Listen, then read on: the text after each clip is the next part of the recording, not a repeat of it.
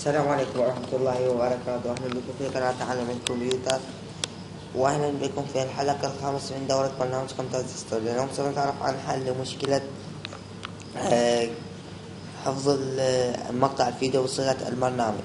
يعني طبعا نختار أي فيديو لديك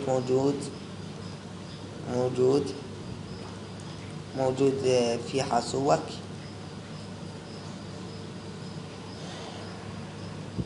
نقوم بجلب أي فيديو هنا نريد حفظه أو تعديل عليه.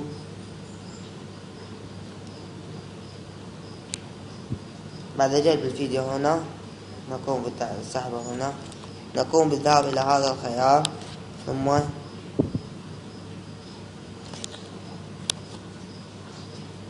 ننتظر القليل. هذا البرنامج لا عليك فيه.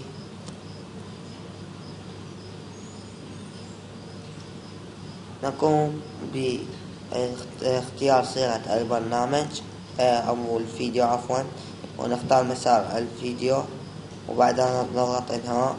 وبعد إنهاء سوف تجد الفيديو في المكان الذي حفظته أنت. إذا عجبك الفيديو لا تبخل علينا بالضغط على زر الاشتراك. أخواني الكرام، في أمان الله.